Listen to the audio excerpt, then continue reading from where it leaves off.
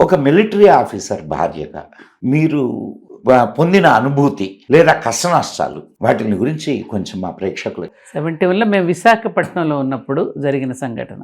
చెప్పండి అమ్మా. మేము విశాఖపట్నంలో ఉన్నప్పుడు మనకి బంగ్లాదేశ్ వార్ వచ్చింది, అవునమ్మా, గుర్తుంది కదా. ఆ సమయంలో వీరికి రాత్రి పూట డ్యూటీ వేశారు. ఎక్కడమ్మా?